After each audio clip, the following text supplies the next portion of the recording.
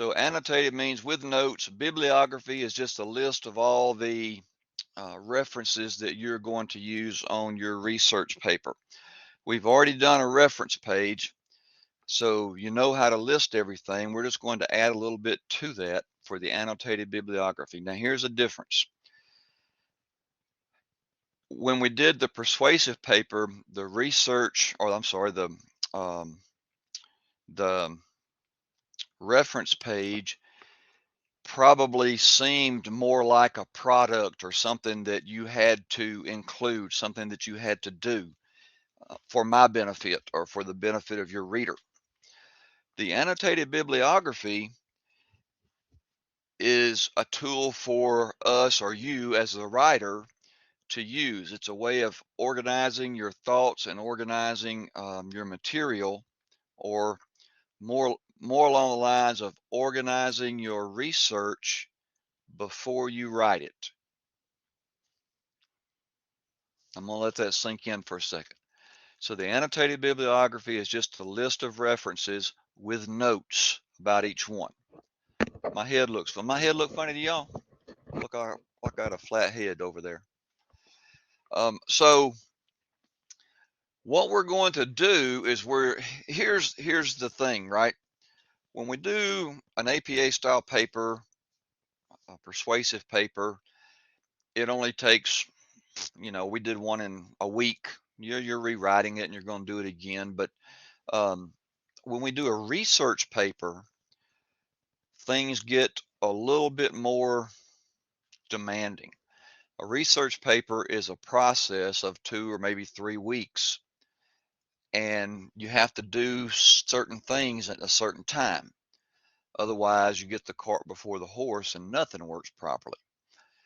So the first thing that we want to do maybe is to conduct our research. And because we're going to do research today and tomorrow, but we won't write the paper for 2 weeks, the question then is, how do we keep up with the references that we used and what we want to say about each one? So the annotated bibliography is that tool. So when we did our persuasive paper, my guess is that most of us went on the internet, searched 3 or 4 articles, and put all 3 or 4 of them in the paper somewhere, right? No matter what it said, we're going to use it somewhere.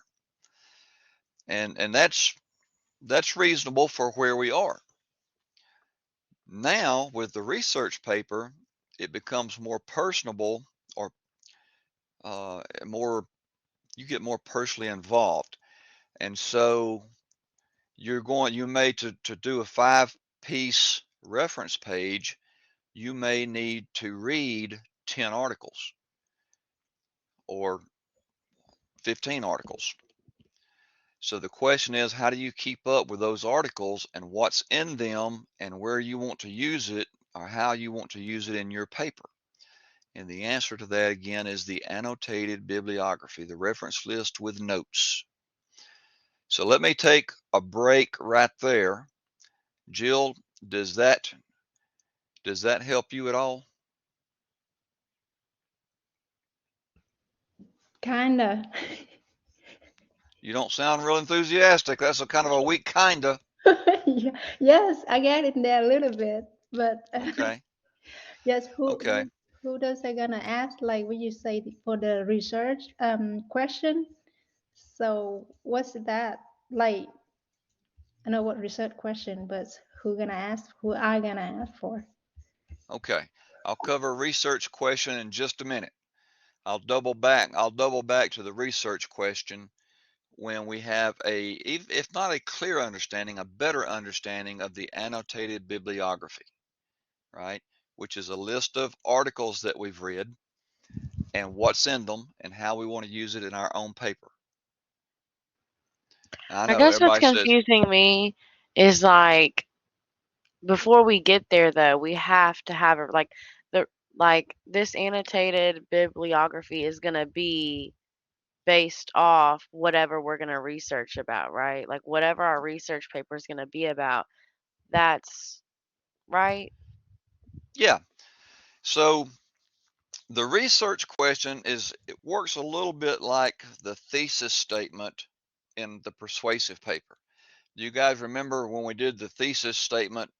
I said, no, it's got to be clear and concise. Smoking is bad. Smoking causes lung disease, heart disease, and death. It's got to be real clear and real concise.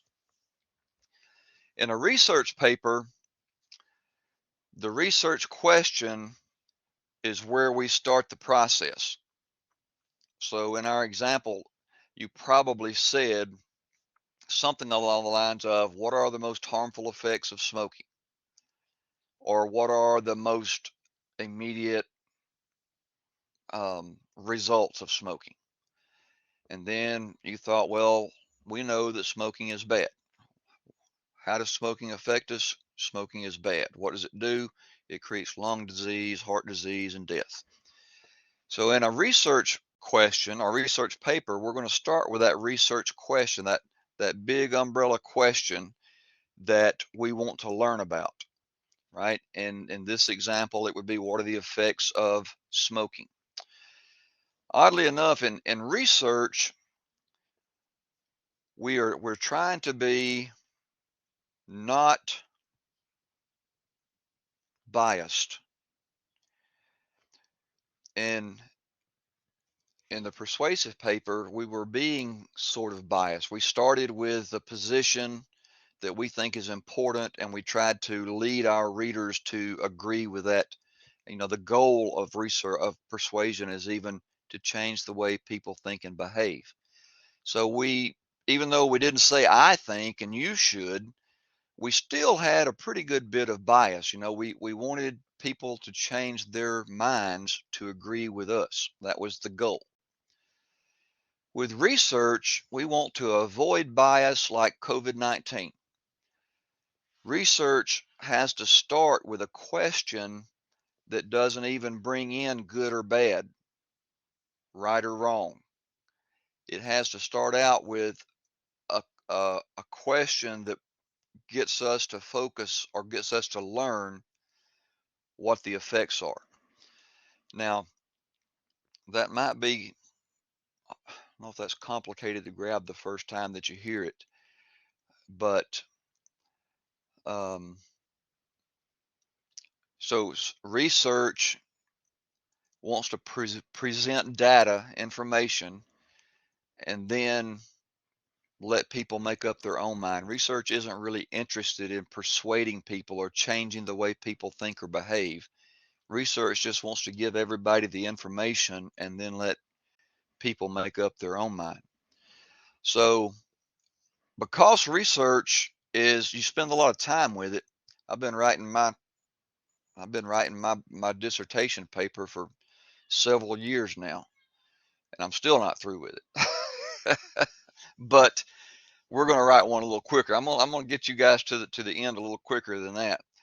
But the idea is it should be something that is important to you, something that you have an interest in researching, looking into, learning about, and then helping other people understand. So in research, I don't give you those 5 really, really boring topics to practice with. In research, you have to come up with your own research question. Now, it will be clear in your paper. It will say this paper is driven by the research question. I don't know what is the impact of plastic waste in the oceans of the world. So it will be very clear, and it's going to be followed. Let's see if I can put some of this up on the board here. Just let me go over here. I want to share the whiteboard. So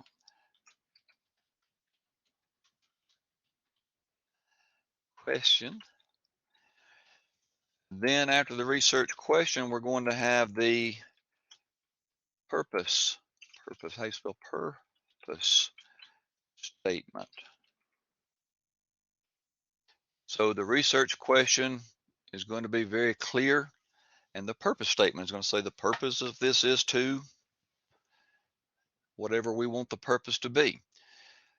So let's see if I were to write a quick research question.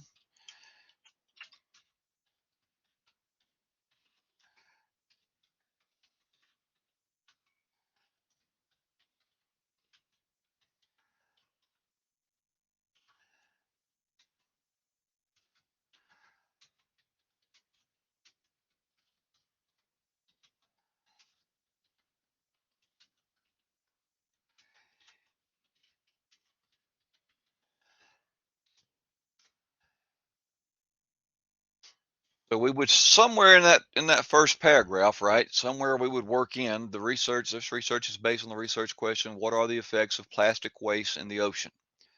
And then the next thing that we would say,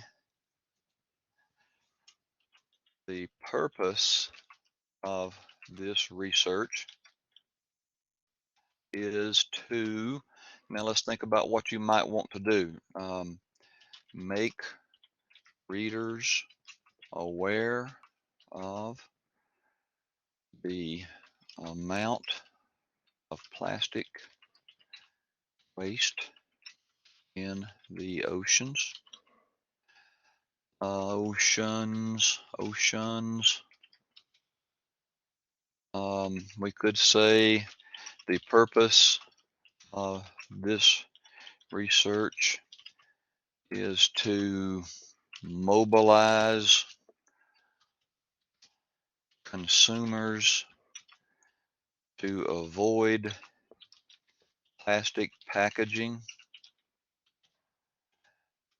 or just whatever you can think of that might be a reason that you think this particular project, this particular topic is worthy of your time and your investigation and the writing of the paper. Now, once we get that, by the way, my research paper has six research questions.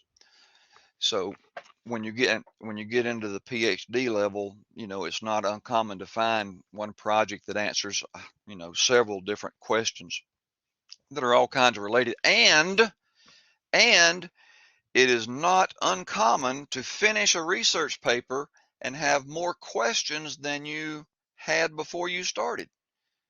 A lot of times when we start finding out stuff about plastic waste in the oceans, then all of a sudden we got to figure out how much of it is based on like ocean liner trash, how much of it is based on small fishing trash, how much of it originates off the coast of Argentina, how much of it originates in some other part of the world.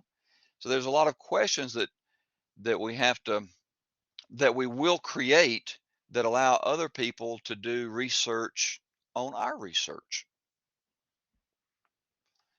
All right, let's take a quick break right there.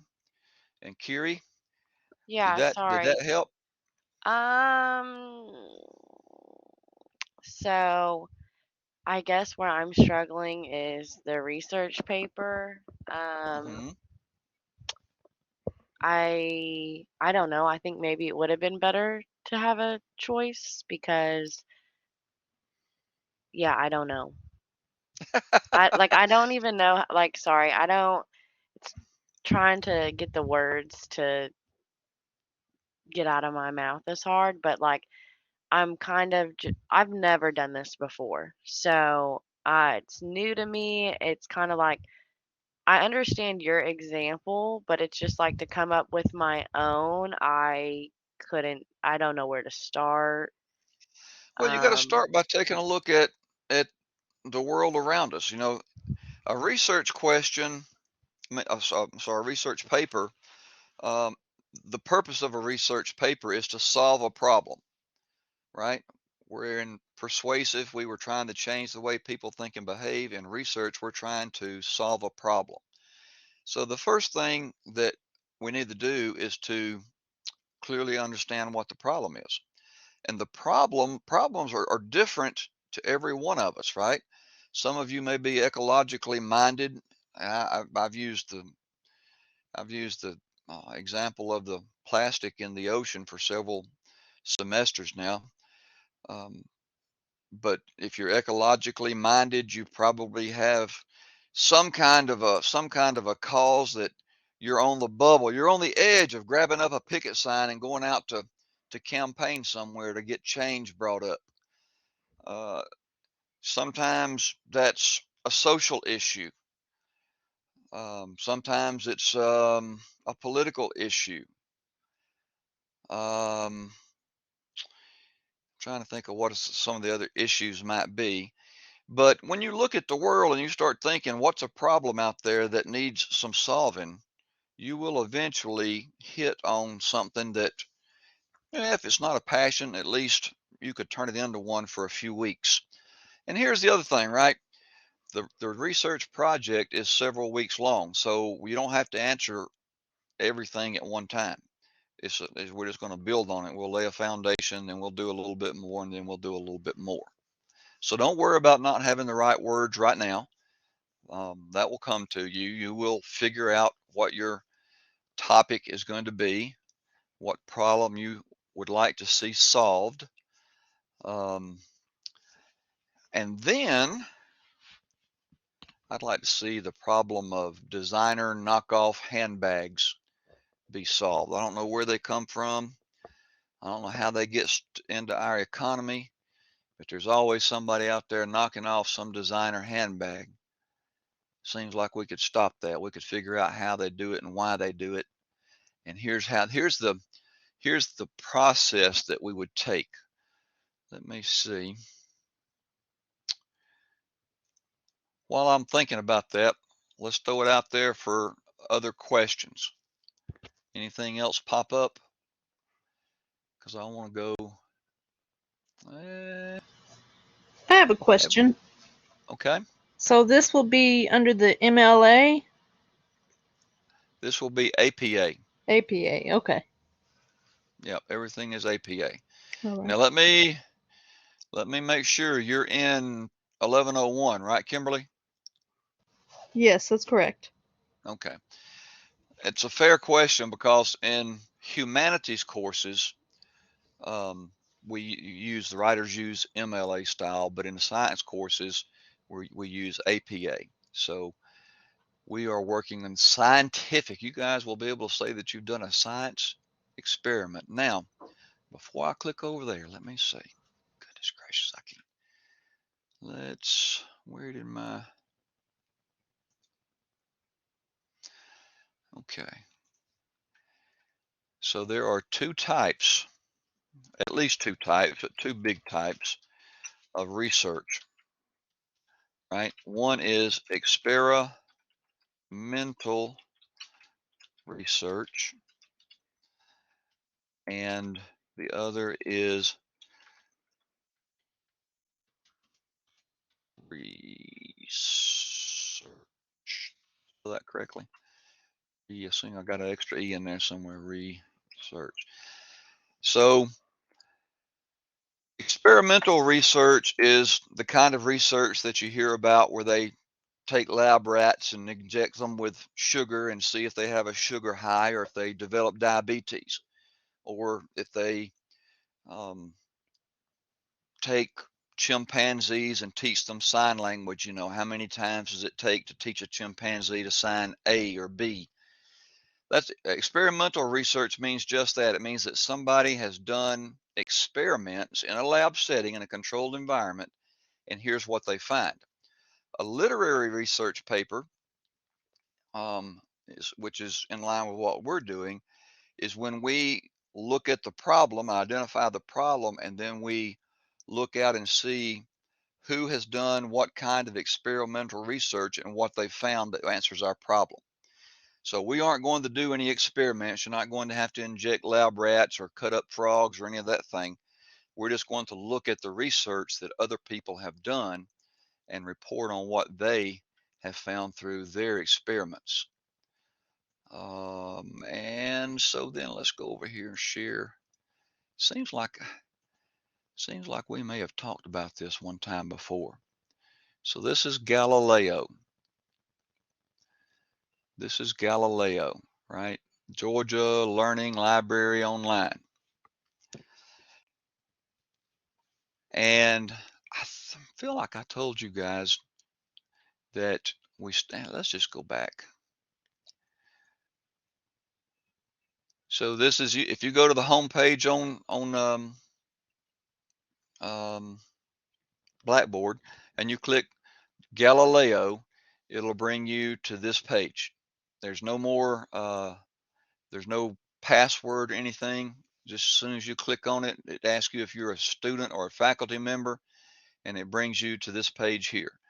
So we'll use the classic search and we'll type in whatever our topic, whatever we're thinking, and you might decide that the one that you started with is not the one you want to pursue. But let's look at the effects of plastic in oceans. And then we'll click research.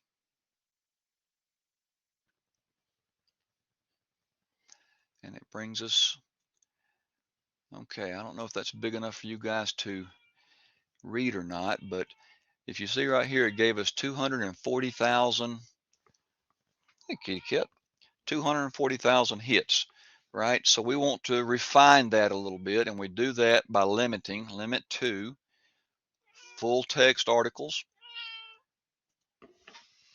scholarly journals,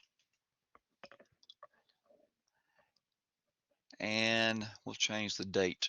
Uh-oh, went the wrong way. I want to go this way.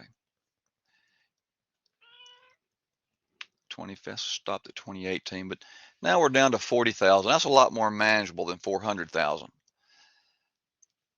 So now we have the beginnings of our annotated bibliography. Now, we can't read all of these, so how are we going to decide which ones we really want to read?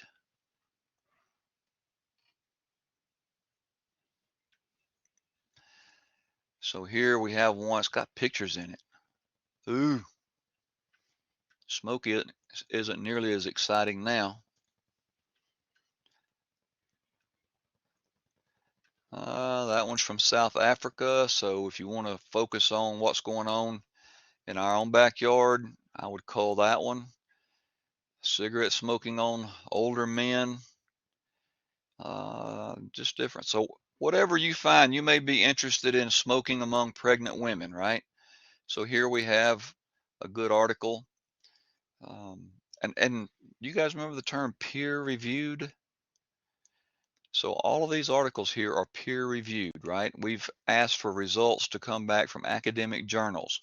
They don't get into an academic journal if they aren't peer reviewed. So that's already done for us. How do we get from smoking? It must have picked up that earlier question, harmful effects of smoking. Let's show you the effects of plastic in the oceans.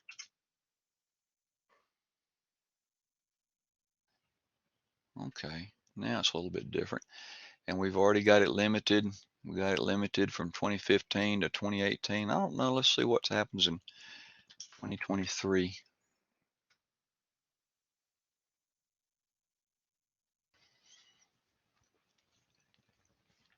So here we have somebody that's done whatever dicyclohexylpyrrolate in mice. So that's somebody that's shot mice up with chemicals.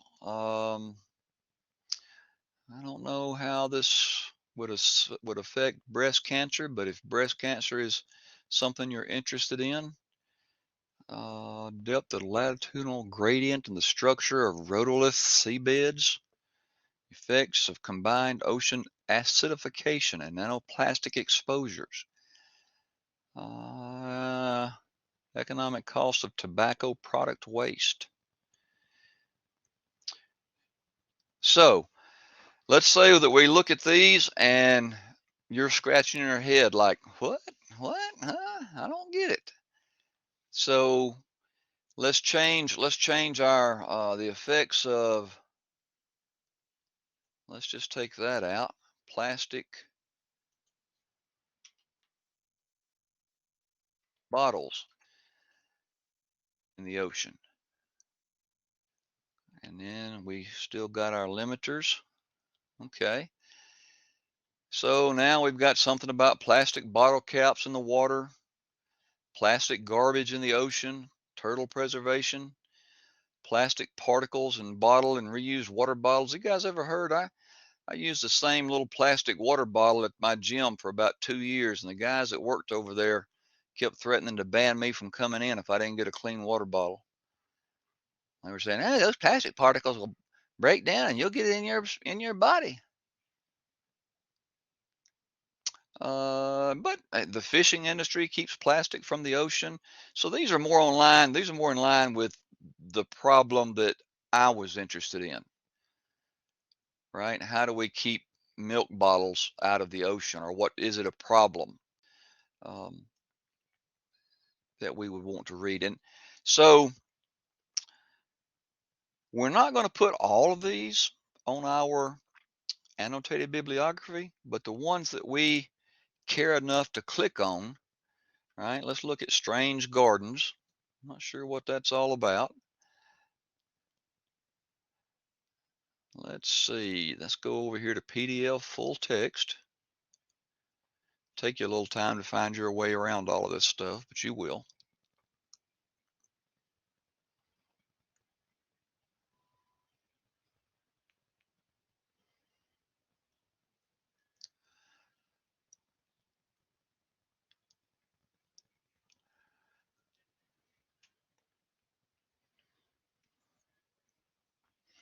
I think we will.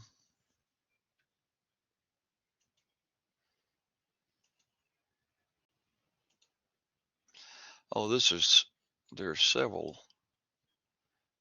articles in this, I guess. The Virginia Quarterly Review. So there's a periodical.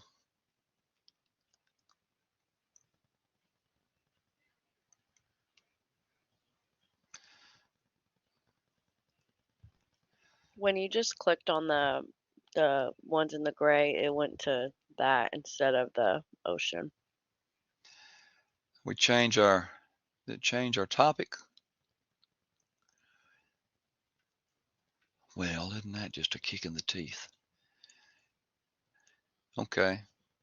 Plastics impact on the ocean. I don't know why it didn't bring that up. All right, so there's another way that an article can get kicked out of consideration in your paper, right? If you can't get to it, you can't read it, it's confusing, just move on. We don't have a whole lot of time to spend on these. So we'll move on and find the next one, I think.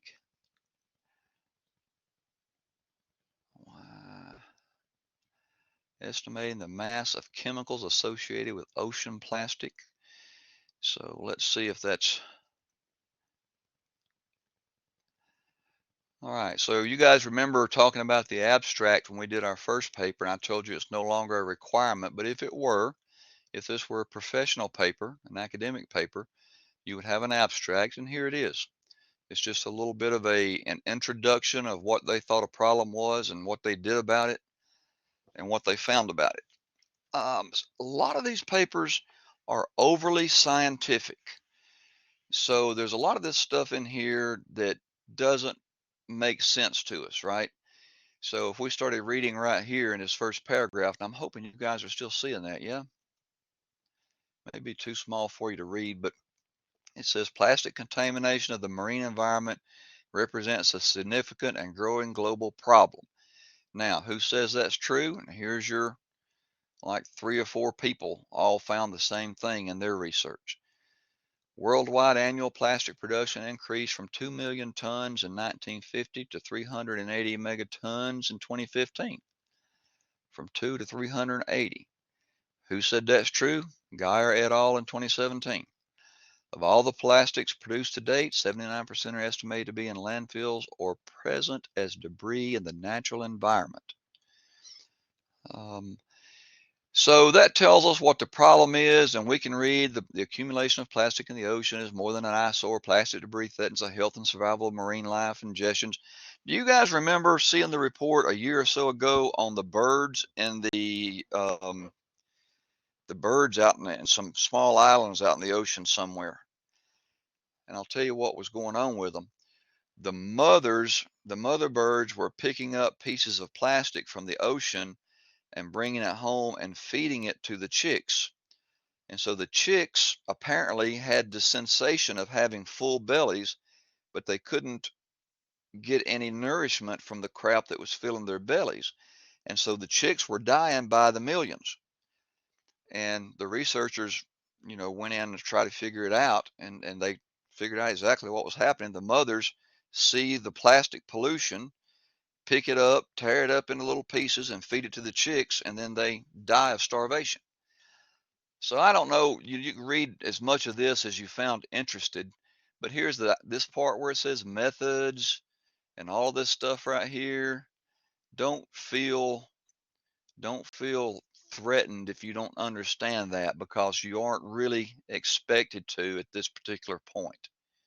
But here's something that you might find interesting is the results and the discussion.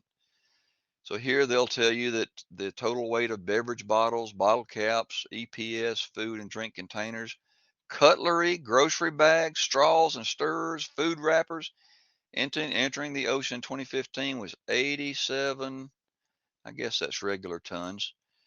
So their calculations only account for 1% of plastic that enters the ocean each year. Where do you think those little plastic straws and stirrers come from, and food wrappers? How does all that get into the ocean? They don't really tell us, I don't guess, unless it's in some of this stuff that I don't understand. And then they have another speculation. The amount of plastic marine debris is predicted to increase in the future years if we don't do anything differently. And how do they know that? Jambeck et al. Said it.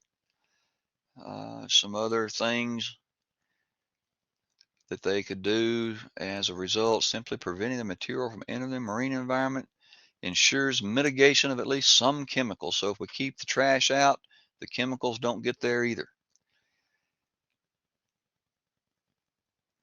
What is this here? This is what I was thinking about. I seen that picture on TV of the big floating island of plastic trash. It's all ended up, it's washed up somewhere on one of these coasts. It's about 3 or 4 feet deep and miles long. It's just a big floating ocean of plastic. And it might say something in there about any more of that. Here's the conclusion. Plastic pollution prevention and cleanup is chemical pollution prevention and cleanup. Yeah. So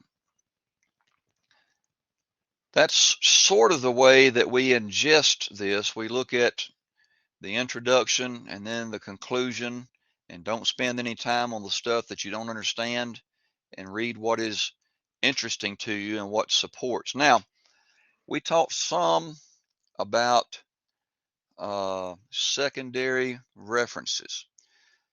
So you'll see here, these are secondary references, right? If we, Derek 2022, Gregory and Andrade 23, Jambeck et al. 2015, they're cited here, but you don't have to cite those, right? You only cite the author of the paper that you read.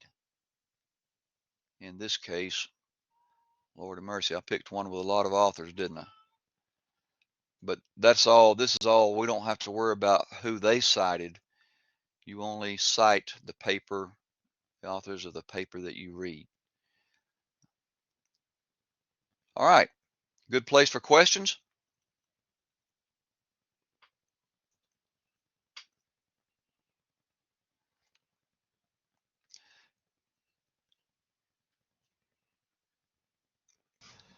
How many pages right. should it be?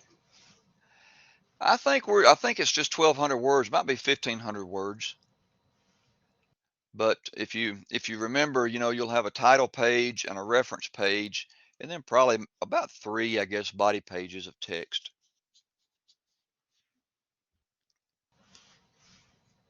So the references, will they come at the end like the other? Yes, ma'am. Be the last page. And remember, that's APA style. Right. APA, if we look at the major sections, it shows you the title page is the first one. We Mm-hmm. won't do an abstract. Don't get confused about that. Then you have the main body pages, and then you have the reference page, All just right. like you did in the last one. All right. Here is, I don't know if this is somebody said they used site generators last time, and that's fine. There's one here. Let's see. So where did it go? Maybe I have to. Well, there used to be a site generator over there.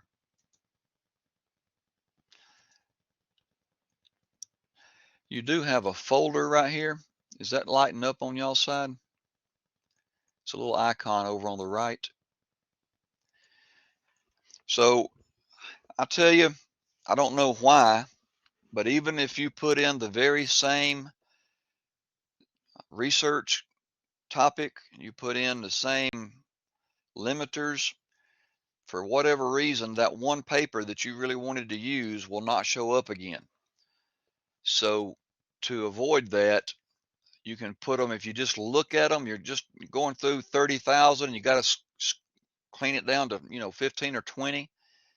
You can put them into the folder, and then when you go back, you can click folder. You might have to do something to log in there, but when you come back on the next time, you'll find it still saved for you, so you don't have to hunt for it every time. You can come back over there and see if this is the one you wanted to use. That's one I saved a long time ago in a perceptions of alcohol during pregnancy. So you can put it in the folder, you can save it. Why is there not?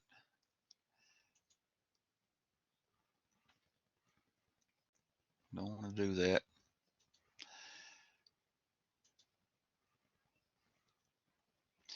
Well, regardless of where you find it, if you use a site generator, I thought there was one here. There used to be one here. Then you could tell it to find APA style, and it would. There it is over there. I'm sorry, I was one too far. It's just the title page, and you can do site and then scroll down until you find APA 7th edition, right? And here it is already cited for you.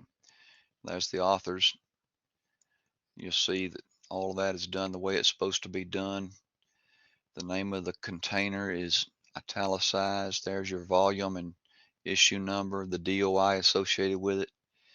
So the only thing that I can see right there is it doesn't look like it's double line spaced. So if I were to copy that and paste it onto my reference page, I would want to make sure that it got double line spaced. But that's still, particularly when you got this many authors, right? That's still a big time saver right there. So it's right over there under site. Make sure you don't go too far. I mean, there's some others here that we haven't even talked about, but there's MLA hiding down there trying to be your fake friend. Come on, use MLA. You heard about it one time. You even used it in high school. Come on. False friend, don't fall for it.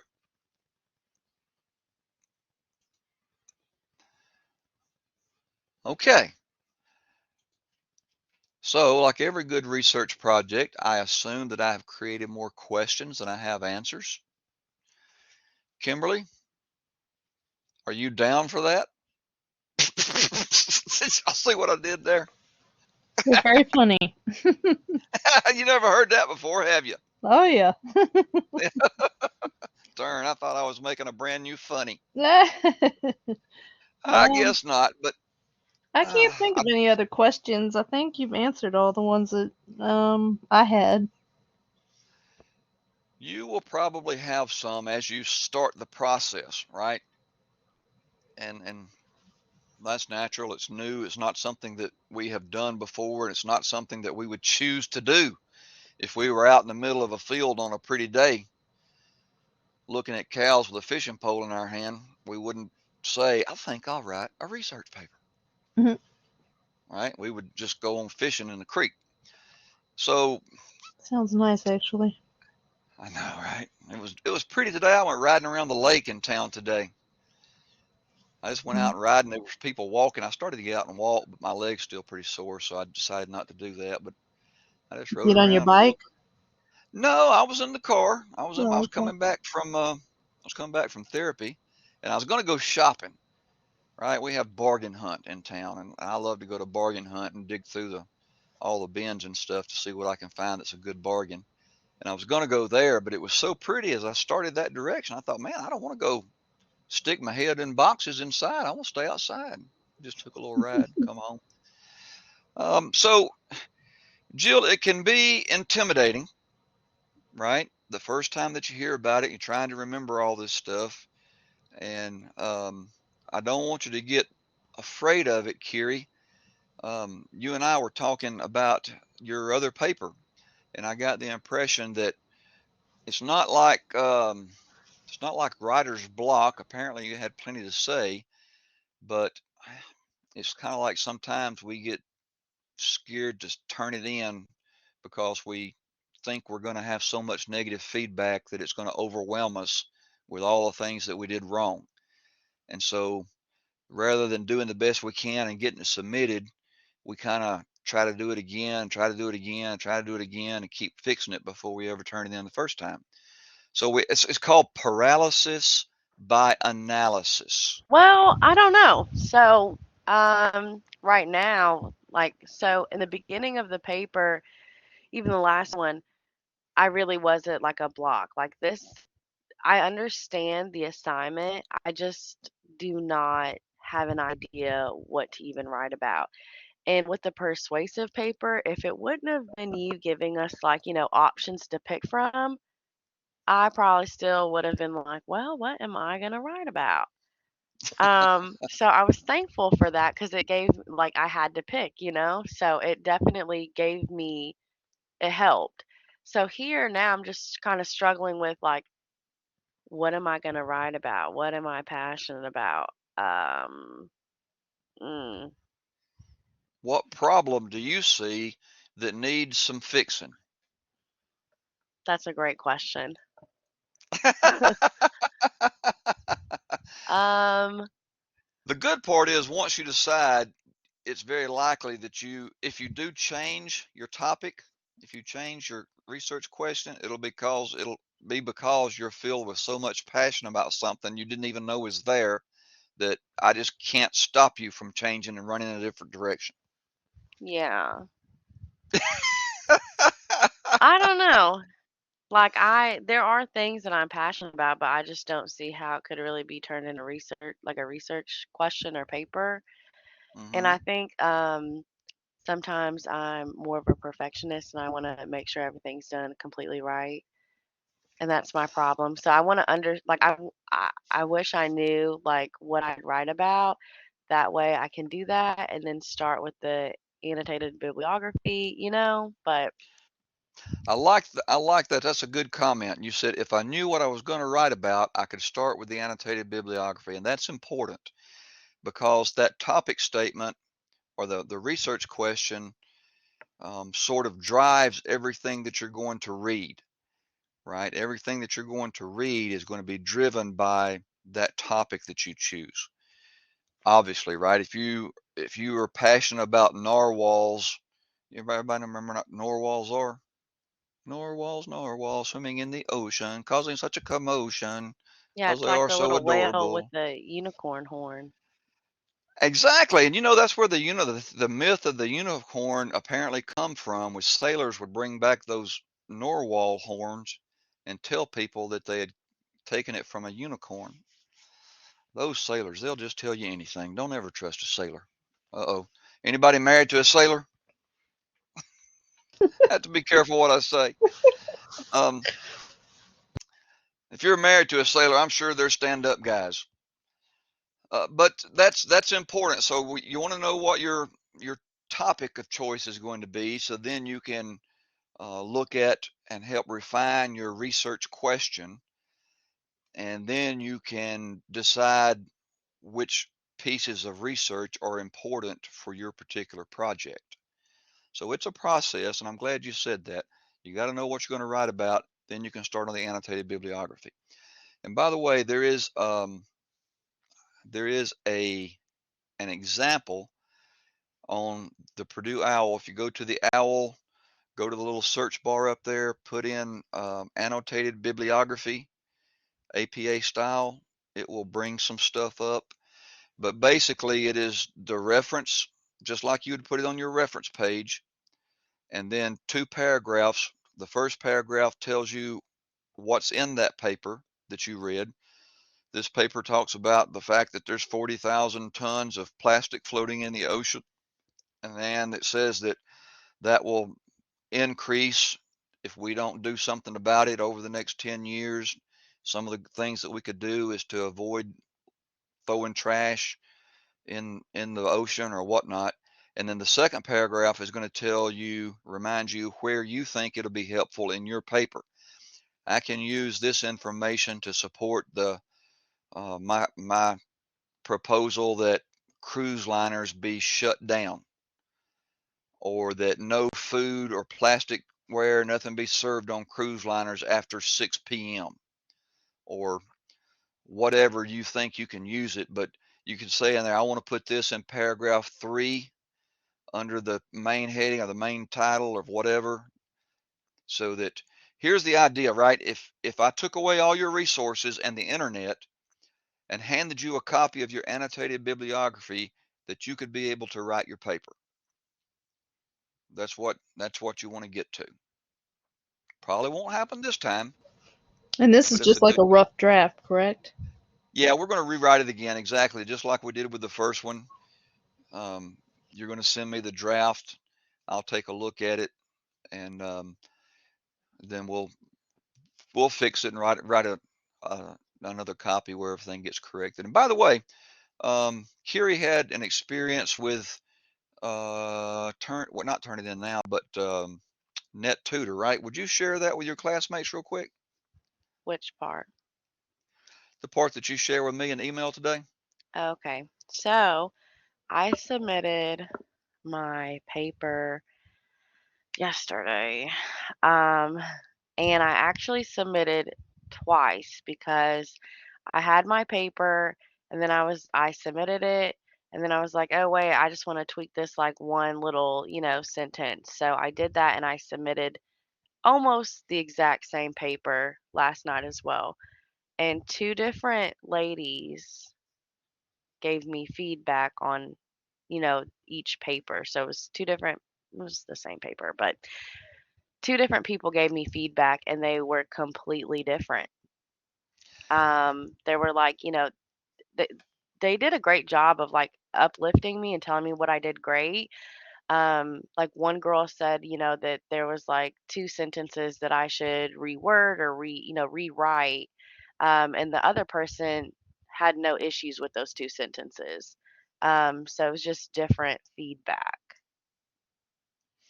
And that's not altogether uncommon. Two people look at the same thing and they have different areas of expertise or different focuses or whatnot. I think I told you in that email, I'm not looking at sentence structure and punctuation nearly as much as I'm looking at the in-text citations and the APA style. Yes, I will say though that like my reference page was the same for both, obviously. And one girl told me that I needed to italicize the title, whether it's an article or book, and not, yeah, that I need to italicize the title every time, and I need to fix my entire reference page for that. The other girl said I didn't. But the one Okay. that told me that said I had it in like I don't know. I was just like, okay. So, we've talked about that, and there's differences, but the general rule is if it's an article, italicize the name of the container and not the title. If it's a book, Yes. italicize the title of the book. So they were And so all I would, like online articles. So I made sure that all the containers were italicized, not the titles. And she said that I need to have all of the titles italicized, not the containers. okay. And So the she other made an error. person, yeah, Yeah. She made an error based on something. Um, and yeah, the Is fact is, most, MLA like that? yes, Then that's probably why, because she mentioned MLA in that. she thought it was an MLA style. Maybe If you because she took it, put MLA. if you took it from a site generator, there's a good possibility that No, it no, no, no, was. no. I fixed them. Okay, okay. So maybe it looked like MLA to her, but we'll know when I see it, right? And that's all good guidance, and you have to take it for what it is, right? It's good guidance. Here's the thing: in the end, the paper belongs to the writer, so the writer is free to accept or discount whatever criticism or suggestions you get from anybody. You don't have to make the changes that I tell you to make. Although if you don't, your grade will reflect that. So there is some motivation for you guys to make the corrections that I recommend. Otherwise, NetTutor doesn't give you a grade. They just give you some help.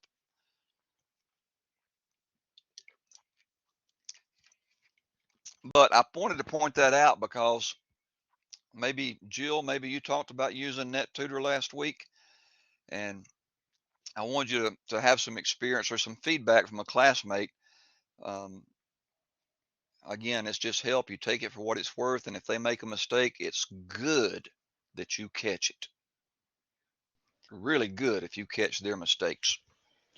I I didn't wish I could. submit mine to the neck turtle this time. I just when I finish it, and I heard you say like take a couple days. So when I finish my essay, I just send straight to yours. So now it's Okay. just remind me about that. Well, if you decide to use NetTutor, you can, if you send it to them and tell me that you sent it, and we can wait a day or so. They got a Uh, pretty good turnaround on queries, I think, just a day or so turnaround. Yeah, because I submitted it yesterday, and the latest one I submitted was probably around 9:30, like that second one that I changed. And they got back with me around midnight, and then it said like 3:30 this morning. So less than even 12 hours. They must have been on the West Coast. That's all I can think of. They'd be working at 3:30